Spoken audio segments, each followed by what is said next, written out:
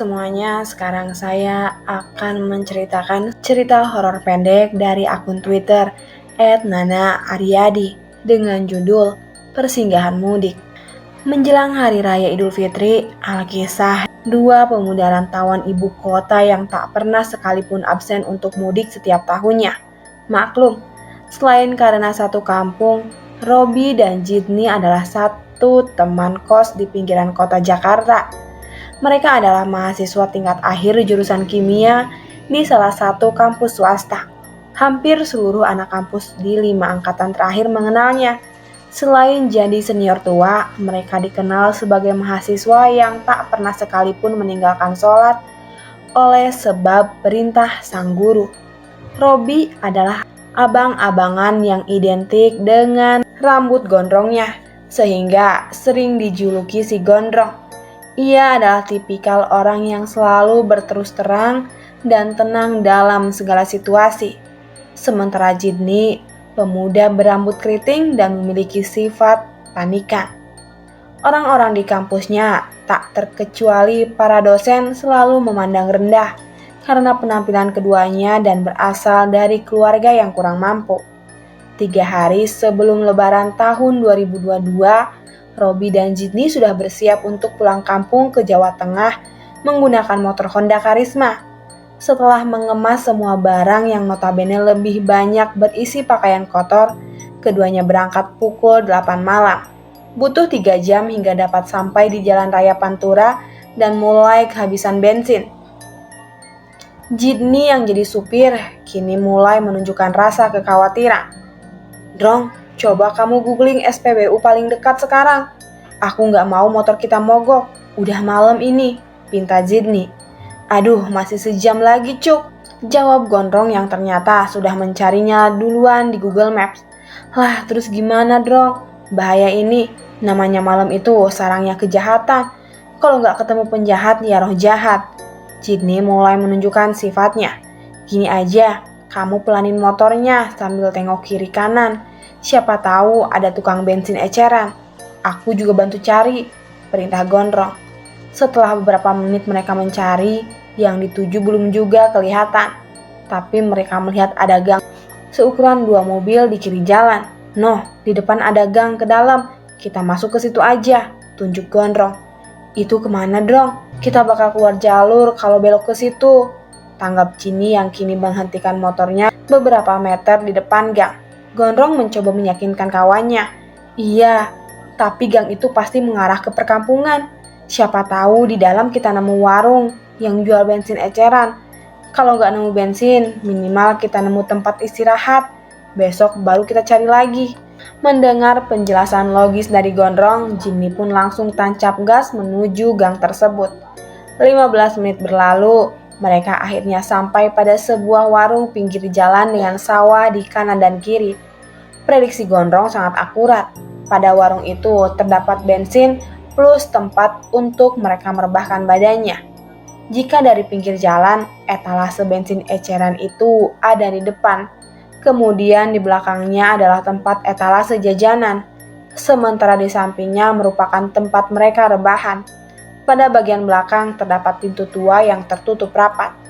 Pada warung tersebut tinggallah suami istri yang lebih mirip disebut kakek dan nenek, menyambut kedatangan keduanya. "Mampir, Mas, sini masuk. Dari tadi banyak pemudik macam kalian yang istirahat dan isi bensin di sini. Kalian mau pesan apa?" sambut si nenek. Oh iya, Nek, motor kami habis bensin. Ditambah di jalan raya nggak nemu SPBU. Ternyata dapatnya di sini. Kami pesen mie rebus, teh manis anget sama kopi hitam, Nek, balas Jidni seraya membuka sarung tangannya. Gondrong dan Jidni tengah merebah dan kini mulai menyalakan rokok sambil menurunkan muatannya dari motor. Mulanya semua baik-baik saja sampai lambat laun. Setelah mematikan rokok dan menyeruput kopi, keduanya mulai merasakan pening hingga tanpa sengaja tertidur. Pada momen inilah, sesuatu yang akan mereka kenang seumur hidup terjadi. Keduanya sama-sama memimpikan hal yang sama. Mereka bermimpi sedang berada di dalam dandang air yang biasa digunakan untuk memasak. Ya, mereka berubah menjadi air. Keduanya hanya dapat melihat ke atas tutup dandang tersebut. Kemudian mereka mendengar suara motor yang tentu itu adalah motor Honda Karisma milik Zidni. "Mampir mas, sini masuk. Dari tadi banyak pemudik macam kalian yang istirahat dan isi bensin di sini. Kalian mau pesan apa?" sambut si nenek. "Oh iya nek, motor kami habis bensin. Ditambah di jalan raya nggak nemu SPBU. Ternyata dapatnya di sini. Kami pesan mie rebus, teh manis anget sama kopi hitam nek," balas Jidni seraya membuka sarung tangannya. Pada mimpi itu, Gondrong dan Jidni kini sama-sama tersadar. Mereka mendengar percakapan yang sama dan sudah barang tentu itu adalah suara mereka saat awal sampai ke warung tersebut. Saat itu pula mereka mendengar obrolan penjaga warung yang sebelumnya tidak diketahui. "Pak, itu yang di luar kayaknya bisa deh kalau jadikan mangsa kita," kata si nenek. "Ibu yakin? Mereka kayaknya orang baik-baik," balas kakek. "Ngawur tok sampean pak, lihat aja penampilannya. Wis pasti anak kota yang sehari-hari nggak jauh dari mabok dan judi," ujar nenek berupaya meyakinkan. Nenek itu kembali melanjutkan, "Udah pak, mumpung ada, jangan disia-siain, biar kita bisa cepat lunasin utang-utang kita." "Ya sudah, aku ikut ibu," jawab kakek yang mulai luluh. Kemudian si kakek mulai memasukkan bubuk kristal bening yang belakangan diketahui sebagai amonium nitrat ke dalam dandang itu yang notabene ada Robi dan Zidni di dalamnya. Amonium nitrat dapat larut jika dicampur dengan air, maka bubuk tersebut menjadi tidak terlihat saat disajikan ke teh manis hangat yang dipesan. Akhirnya si kakek menyerok permukaan air bagian atas untuk melanjutkan dituangkan ke dalam 2 gelas teh manis hangat. Saat si kakek hendak menutup dandangnya, ia ternyata sempat menengok ke dalam air, menatap 2 pemuda itu dan berkata, "Kalian udah tahu ya?" ujar si kakek sambil tersenyum. Dandang itu kemudian ditutup dan semuanya menjadi gelap. Mereka berdua akhirnya bangun bebarengan, kaget dan saling menatap satu sama lain. Ternyata di depannya kini sudah ada penjaga warung itu dengan ramah memberi mie dan teh manis hangat yang dipesan.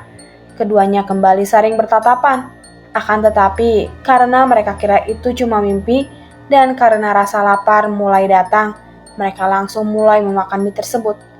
Sementara kedua penjaga warung tersebut kembali ke dalam. Mie tersebut habis dilahap dalam 5 menit. Tentunya, karena kopi telah habis duluan, mereka harus minum teh manis hangat. Disitulah, mereka berdua kembali terdiam, lalu mulai sedikit berdebat. Keduanya berkesimpulan untuk mencari air botolan yang mungkin ada di etalase. Sayang, upaya itu tak dapat membuahkan hasil. Akhirnya mereka mencoba memanggil si nenek. "Bu, maaf, boleh minta air bening?" ujar Jidni. "Maaf mas, bukan ibu pelit sama air. Air yang ibu kasih itu yang terakhir. Si bapak baru mau masak di dalam," ujar si nenek yang tentu sedang berbohong. "Oh ya sudah, nggak apa-apa bu," jawab Jidni sambil kembali ke depan. "Aduh, gimana ini Ndrong? Airnya habis, ini ada kopi. Tapi tinggal ampasnya doang," kata si Jidni.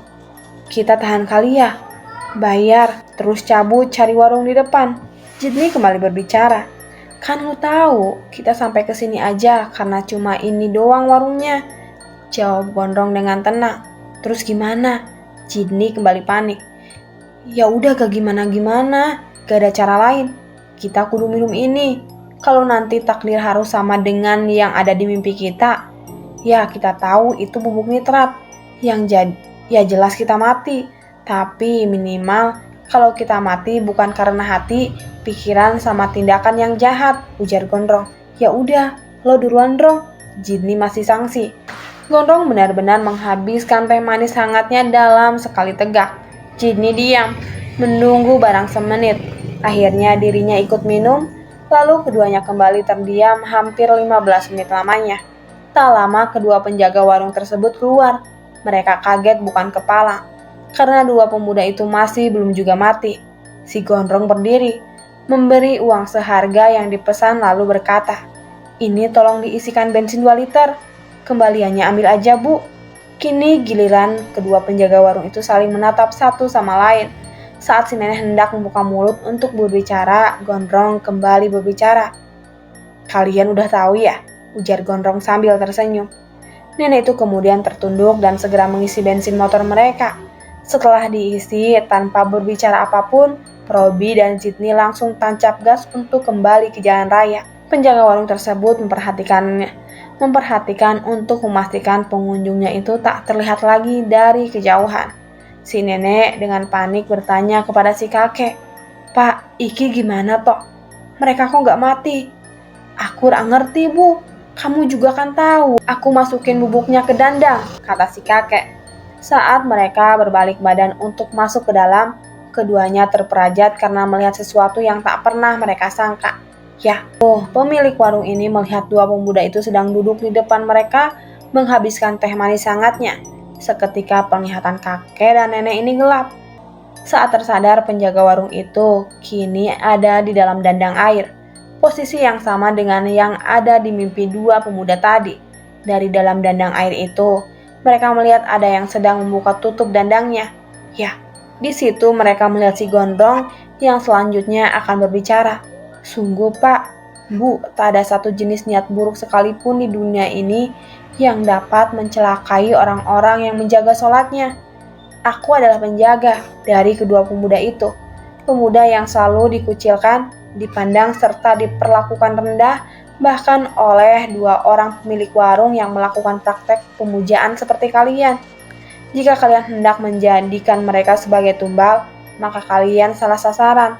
Mereka akan selalu terlindungi dari segala kejahatan, termasuk kejahatan di malam hari. Katakanlah, aku berlindung kepada Tuhan yang menguasai subuh, fajar dari kejahatan makhluk yang Dia ciptakan, dan dari kejahatan malam apabila telah gelap gulita." Quran Surat Al-Falaq 1-3. Sampai jumpa di neraka, ucap gondrong yang langsung menutup dandang itu, lalu menyalakan kompor di bawah dandangnya. Sementara itu, Gondrong dan Sydney telah masuk kembali ke jalan raya yang melanjutkan perjalanan mudik mereka setelah singgah untuk sementara. Tamat.